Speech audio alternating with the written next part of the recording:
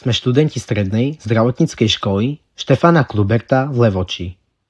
Na tomto projekte pre súťaž Jej veda, jej príbeh spolupracujeme ako tým Monika Novysedlaková, Sofia Kočišová a ja, Roman Pecha. Spojili sme naše nápady, aby sme vám predstavili inšpiratívnu vedkyňu, ktorá svoj výskum zasvetila štúdiu pankreasu, doktorku Máriu Pacalajovú. Pozrime sa najprv, čo pankreas vlastne je a ako vyzerá. Pankreas je žľaza uložená za žalúdkom, ktorá sa skladá z 3 častí: hlavy, tela a chvosta.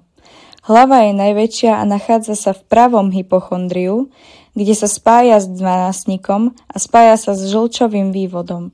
Telo je užšia časť, spájajúca hlavu a chvost. Chvost je zúžený výbežok na ľavej strane, ktorý smeruje k slezine. Čo vás priviedlo k tomu, aby ste sa venovali výskumu rakoviny pankreasu?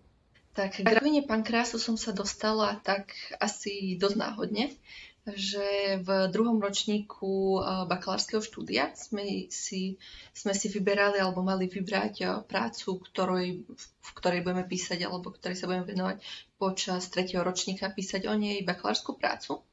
A dostali sme ako keby zoznam tém, ktoré boli dostupné.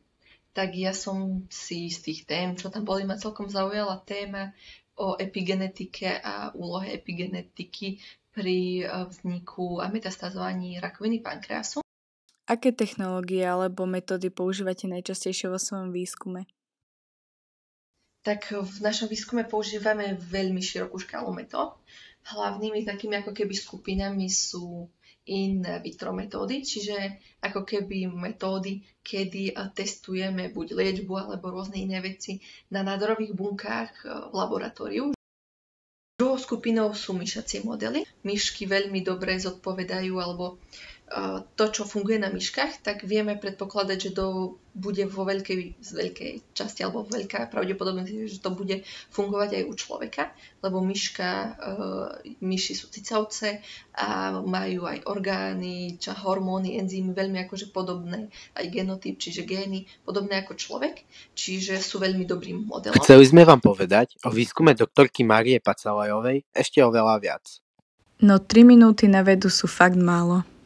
Aj tak veríme, že sme vám ukázali, že veda je zaujímavá, inšpiratívna a že aj my, študenti zdravotky, môžeme mať vedeckého ducha.